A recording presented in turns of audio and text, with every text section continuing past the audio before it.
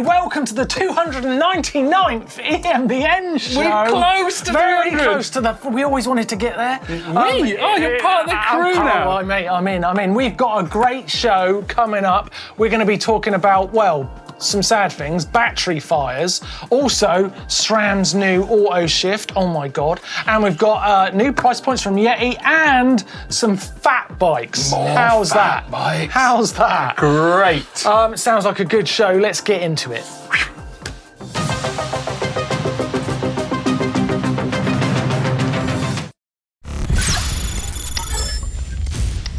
So I guess we just let's start off with the hard and difficult news, but the reality of what we're living in, e-bike battery fires. I don't know, every time I'm looking, it seems like on the news there's more and more e-bike battery fires. So I think it's a really important thing that we address. This is scary stuff, right? But just clear this up for me, right, Adam? Like, these e-bike battery fires, these are generally happening on batteries that are not like what we call legit. Yeah. That's the first bit we should think about, okay? This isn't like every e-bike battery. No. Because when you told me this, I got a bit anxious. I got two of them in my garage. Yeah. And I was like, what? But like you said, it's legitimate, and yeah, the phrase legitimate, we'll digress and go into it. I've got the Bosch system in my garage. Yeah. I'm pretty safe. Yeah, I think you will be. I mean, in Bosch... fact, I'm very safe because Bosch say so. Yeah, Bosch have actually been awarded multiple times outstanding safety precautions and so on and so forth. Yeah. And it's a few things they've got in the battery. So what makes it legitimate, what makes it not legitimate? It's how long's a piece of string, essentially. But what legitimizes a lot of the bigger brands we see, or some of the more popular brands we see, is they generally have like a thermal cutoff, or they have safety precautions in place. You know, Bosch essentially have like a black box system on their batteries, which records temperature, voltage, heat, all kinds. Yeah, exactly. Yeah. And they have a lot of safety precautions. But you know, the e-bike batteries that we're starting to see go, maybe some of these lesser known brands, or, you know, you're spending sub €1,000 on an e-bike, and the battery brand is something maybe you've never heard of before. Yeah, I mean, that's where I start to feel some safety is, do I know the brand name? Yeah. And I mean, Bosch have been doing it long enough in electronics to feel some security. Yeah. But it's, you know, I think what the conversation needs to be about is making sure you're understanding and you're staying safe within your means. Now, I know that e-mount bikes are expensive. So me saying, oh, a legitimate one, you've just got to spend £3,000-4,000 plus on them. Tricky. It's not the answer for everyone. And so I've been doing a little bit of digging, and we had the conversation earlier for example, you buy a battery, it could in theory happen to almost any e-bike battery, any scooter battery, even phone battery, lithium-ion batteries. What can you do to either put out the fire if it's starting to happen, or prevent it, you know? And this is where I got really scared. So rightly. Yes, because if you do have an e-bike battery fire, it ain't no joke. No. It's hard to put out. It's basically rocket fuel. Yeah, do not throw water on it. No. There's one thing you do, don't throw water on it. If you happen to have a bucket of sand, that would work.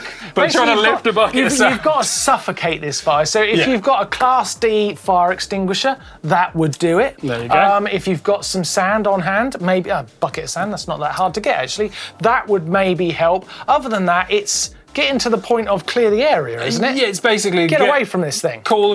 Get out, call the services, get in the fetal position, have a cry, and wait for them to come and save your house from burning down. Yeah, it ain't no joke. You're not going to put this thing out easy, so do take it seriously and definitely think about it, because I got slightly concerned. Yeah, it's having a look on a few different news websites and things like that. There isn't much you can do if they start to burn. I mean, there's a few signs, smoking, some odd noises, swelling in the battery. At that point, scrap it, chuck it in the sand. If your battery is looking a bit chubby and he's having a fag, get out of there. I like that. Get out of there. That's the There's best smoke and chubbiness, not a good look, especially for batteries. And preventatively, you can have a sand bucket at home, or, you know, I mean, some are suggesting a blast cupboard, but, you know, we're talking thousands, and no one's generally going to be having a blast cupboard.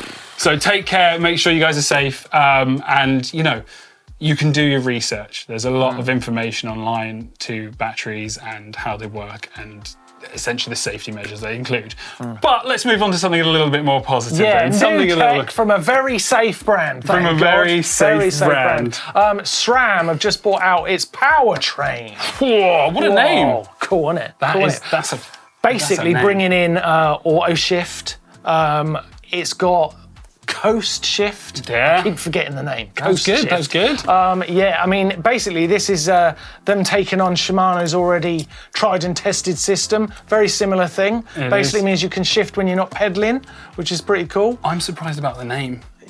Really? It's the same. Yeah, well, the auto shift. Yeah, that's very strange. I actually double checked that because I was like, really? You're both going to call it that? Because usually this is the place where they try and differentiate themselves. But maybe this is some universal thing which automatic shifting can only be called auto shift regardless of whether Yeah, maybe they had a white flag moment and go, look, okay, let's both call it what it is. I'd hope so. Auto shift. But they have differentiated on there. Shimano have got the free shift. SRAM have the coast shift. Coast. I want to say cloud. That was, I don't know. Coast. Cloud sounds interesting.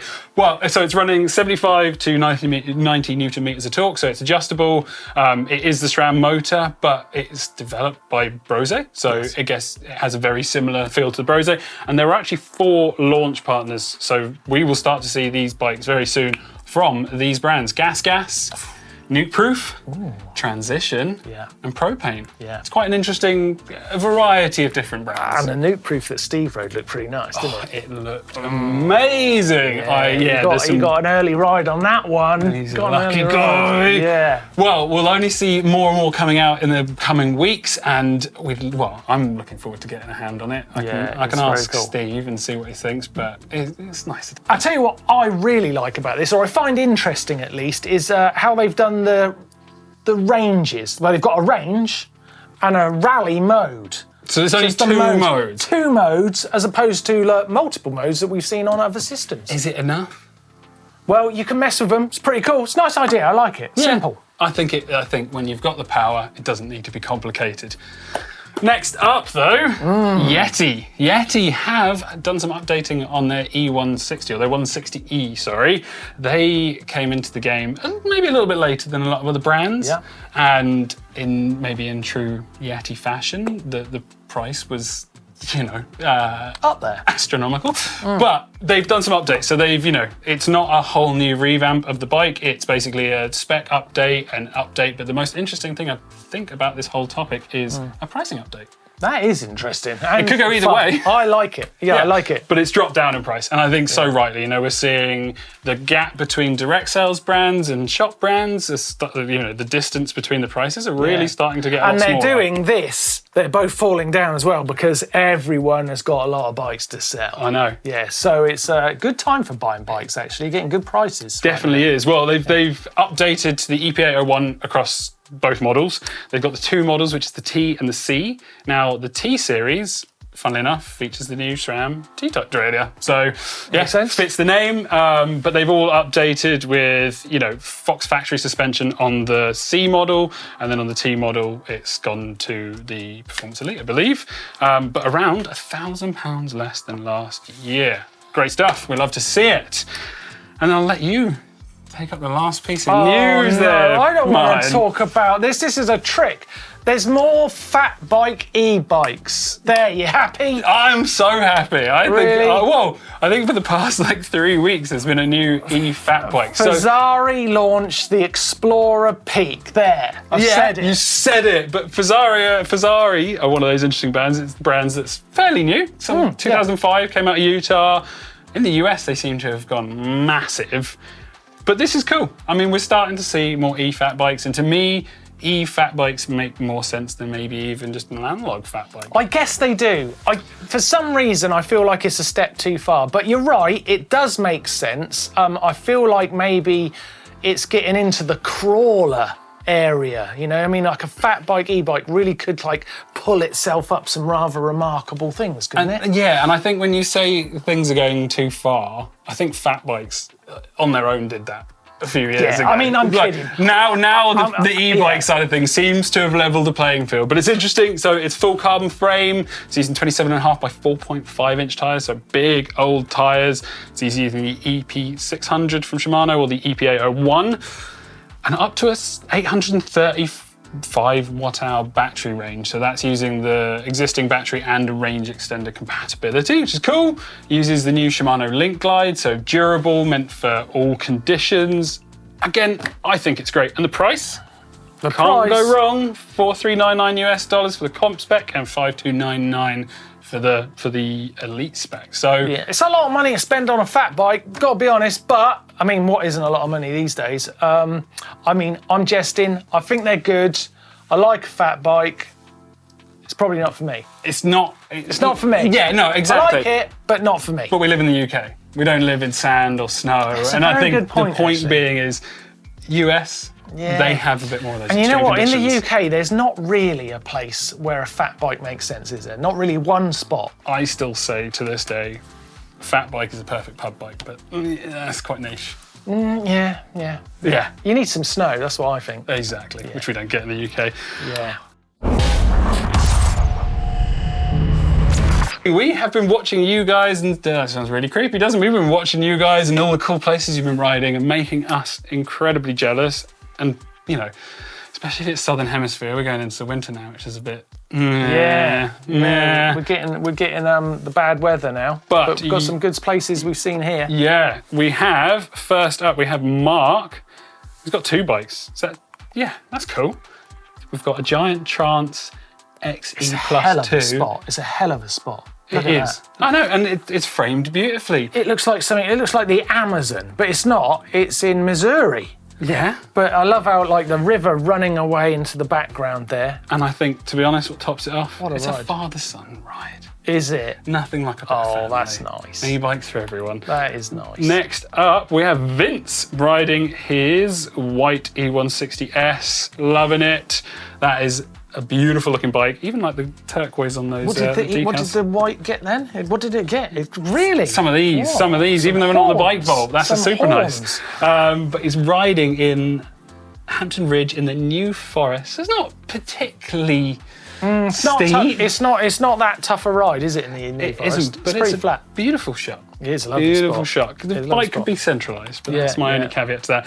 And last but not least, we have Matthew with his Scott 920 E-Ride in Plimpton Woods. Do you know what that is? I think that's in the UK.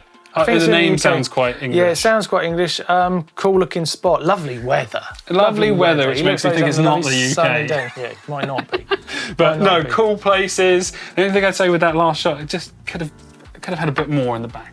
Yeah, But yeah. nonetheless, cool bike, cool shots. Yeah, and it's Love great it. to see where you guys are riding. So it's a great way to get involved in the show, in fact. So the uploader's linked in the description down below. So make sure you send us an image, whether it's for showing us the locations you're riding or something like the bike vault, something like that. It's a great place to get involved. Pull 'em in. Keep We it love going. to see them. Talking about getting involved, should we take a look at some comments from some the previous show? Yeah, let's Yeah. do it from So, you guys. yeah, Throwing our way. First one is from UK Bren, and he says, I'd like to see a video comparing range depending on rider system weight on the same bike, e.g. how much extra range would be for a 70 kilogram rider compared to, say, a 95 kilogram rider. That's a very cool video, and I definitely think we should do something on that. But, you know, I think the percentage difference can vary on the terrain and this and that, but I think it works out. If you did the same video, same terrain, same bike, same setup, just a different presenter. Rich versus me. I'm around 100 kilos. Rich is probably around 6. He's Six a bit of a kilos. whip. He is a little Actually, bit, you even know, it'd be Isaac's really even good. less. Isaac would be light, wouldn't it? You should do it with Isaac. Even the other day I was riding with a friend who's quite a bit only thing lighter, is- and the speed they go up the hill is... Isaac can pedal. Yeah, that's the Yeah, problem. maybe not him. No. Maybe not him. No. No. No. Do it with Rich. Good idea, though. Good Rich video. got medal. So yeah, I'd say, you know, you're probably looking, with that difference, I'd say there's probably a good 20% in the range difference. He's guessing. Let's do the video. Let's do the video. Next up, we have Daniel Icedolan 2034. Be interesting to do the same ride on a half-fat e-bike, assuming means plus bike, with a range extender. Do you lose much range? That's another good video that we've actually got coming up in the weeks to come. We're doing a comparison video and how much difference to your range and things like that will the tyre make. I think you'll be surprised. I think there's far more of a difference through the drag of tyres than most people would think. Do you think so? Yeah. Wow, that's interesting. That's interesting. I wouldn't have thought that. Yeah, it depends. It's like the argument with road bikes. Having a slightly lower pressure means you actually get faster because you can track the terrain and it takes out some of those bumps and knocks. road bike tyres are getting bigger. It's, I don't know. It's an interesting It's all one. about mountain bikes. Everyone's just going to mountain bikes. But yes, we will address that video at some point in the near future. Next up is Azzy J. Bra, and he says, how many other brands use Yamaha motor, I guess? Yes. I was looking at this the other day. I think it's about six. Six Really? in total off the top of my head. Yamaha make their own bikes. You've got High Bike. There are 3 others, which I cannot for the life of me remember, but there's not a great deal, but I have seen, when we were at Eurobike, we saw Yamaha coming out with some new stuff. So in the way that the bike industry just goes in motions, I suspect we'll start to see more Yamaha on bikes maybe in the next 2 years. I feel like Shimano have just had a great period where most bikes are spec with Shimano. Now Bosch seem to be rolling a bit more back in. I think it's mercurial, but at the moment, I think it's about 5 brands that spec with Yamaha off the top of my head. And the final question, and this was relating to Rich's video where he rode the Budget Giant Trance E, which was, he did great. He did absolutely great. And Cat0197 has asked the question, can you ride this bike with a flat battery? I mean, you can answer that. You can ride any bike with a flat battery, can't you? Exactly. You can ride any bike with a flat battery. It just won't be any fun at all. Whether you want to or not. But I think what's important about this is understanding, I think the question relies on how heavy is the bike and is there much resistance in the motor. There isn't a great deal of resistance in the motor. The bike itself isn't massively light, so I'd say it's about 24, 25 kilos, depending on your size. So it would be a slog. You can ride it with a flat battery. Yeah, little anecdote there on flat batteries. When I first got my video ride to go out on my Bowhead hand bike, the RX, the bike turned up, but without batteries. And it's a bike that takes two 500 watt batteries. And I tried to ride it batteryless, and it was hell. Show me your guns. You must be rich. I didn't have big enough guns for it, honestly. Well, you do now. Terrible. Riding with that flat battery. Nightmare. We've got a weekly question for you guys now, so this is something you can try and answer not try, it's going to be quite easy to do, to answer in the comment section down below. So the question this week is, what's the furthest distance you've gone on an eMTB? Now, that's relating to total, not in one ride, across the entire lifespan of your current or previous e-mountain bike before maybe the motor got replaced or you sold it or something changed. Right, the miles you've got out of it. Your odiometer, and I've seen people with over 5,000, 6,000 miles on there on the same motor. So I'd love to hear what you guys come up with because it can vary massively. So hopefully we'll start to see higher numbers. Yes, put an answer down in the comments and we'll all start getting a bit of a gauge on how far these things can go. Should we do a bike vault? Let's do a bike vault, yeah, you love it. I feel like we should do it while I'm here because you guys always do it wrong on EMBN. Well, you can pick up the pieces. Isaac is quite harsh, so I'm interested to see where you lie. Is Isaac quite harsh? He's a bit of a bike snob, and that's self-proclaimed. That's not me saying so. I've not watched him. Right, we're going to start off. We've got a lovely Trek to start. That is beautiful. That is from Paul, and it's his Trek Rail 9.8 carbon. He's over in Australia at Fingal Bay. Great shot, great bike. That's super custom, although not 3 o'clock on the pedals. You're not 3 o'clock on the pedals. They're orange, they're matching with the forks. Yeah. My only question is why tan wall on the back and why normal tyre in the front? That might not be excusable. It was close to, it was a super nice up until that moment maybe. What are we saying? No, it's nice. It's nice. You can't have mixed tyres. Sorry. Next up, Mark, is Franken eMTB, Frankenstein bike, I think that's what it is. Love it. Is it an eMTB? Is it an MTB? It is. Is it? It's a hardtail. Is it though? It's a hardtail. It's actually, it's a hardtail with a thumb buster. Look at the tyres. Is it? Is it? Is it? No. It's off-road. No, well, it is off-road. It's not for off-road. That's not a mountain bike. Okay. You're kidding me. Is that a nice or super nice? It's It's a bike. It's nice. All right, cool. Harsh. Harsh. Next up, we have Sam. Now, Sam is on his beautiful white E160 RS MX in some random woods that look like they'd make a good photo shoot destination. Love it. You don't care where it is as long as it looks good. It's a beautiful shot. You've done a little bit of editing on there. You love your white bikes, don't you? You're all over them. Well, all over them. That's a striking colour.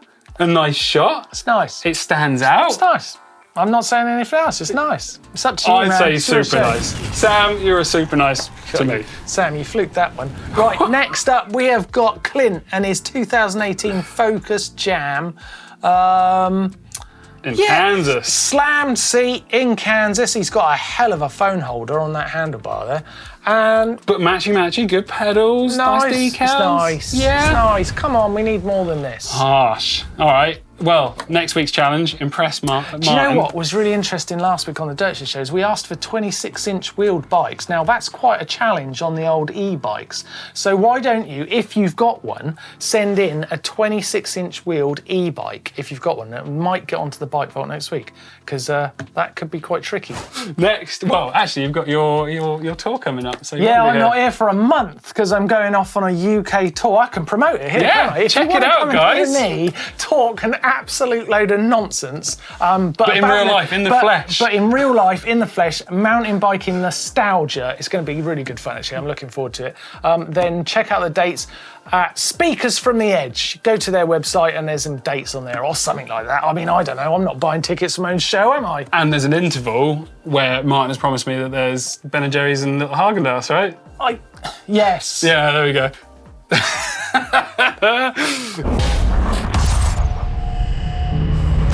Cool, let's get on to getting social then. Let's do it. First up, we have Yannick Weber, who's a Schwalbe employee, I believe, or rider. Just having a great time at his local. Look at that, riding the Strive on Fabian Burrell edition, but he's whipping. He's got some skills. Yeah, he's just floating by. It's nice. just nice riding. Nice, like it. Nice video. Like it. Is that a super nice? That's super nice. I like it. A bit of riding, can't go wrong. There you go. Next up, we have Tom Cardy. Oh, Tom. He's on the scene. He is. He's great. He's a brilliant rider, Tom Cardy. He is. Really I think he's doing a lot. He's got for some e-mountain amazing biking. skills. And this is his little North Shore stuff. He's all built at home. This is all his own stuff, is it? Yeah. This is the home build. What do you reckon to this? It's trials, isn't it? It is. It's an interesting thing to build in your garden, a bit of North Shore like that. But I suppose it gives him a little bit of pace for his jump. And you don't have to have loads of space to build loads of North I Shore. like it, but it's a strange thing to build in your garden. Hey, a bit of North Shore. Yeah. Talk about Matt Jones building the compound and all the stuff. Matt Jones's compound is cool. Yeah. He has got, but he's got the space for it. It's very nice. What have we got next? Next, we've got, well, the ex-presenter that was Chris Smith on Highbike. He's no longer Chris Smith. No. He's not what he was. He's not Chris Smith anymore. He's ripping around Win Hill. Love seeing Chris Smith. Yeah, he's definitely a stylish rider. And look at that. That boy can ride. He definitely can. He's always been able to ride, yeah. Big old forks on that high bike, so on the Enduro. Yeah. Great stuff. Little Sui there. Yeah. He's absolutely shredding. Definitely. Nice riding, Chris. Good to see you. Love it. And last but not least, Mr. James Fafar. You said that like I should know him. He's the Canyon UK rider. Oh yeah, I know him. Absolute sender. He does just make. Yeah, do you know him? I don't. What? There was a trail at Revolution Bike Park named after this gentleman himself. Oh, really? Yeah, for Farside. There's a trail named Farside. Yeah, that's named after him. But I've always said, watching him ride just makes you want to ride. It just look at this. Well framed, well shot. I like that corner. Yeah, I like that corner. Doesn't need to. Well, I'm gonna have to look into him. He's new to me. It's what this bit's all about. It's all about. Getting social. New things. Go and have a look at the rowdy UK shredder. That is James Farpar. Fafar. There He's you worth go. a look. So, what have we got coming up on EMBN this weekend? What have we coming up?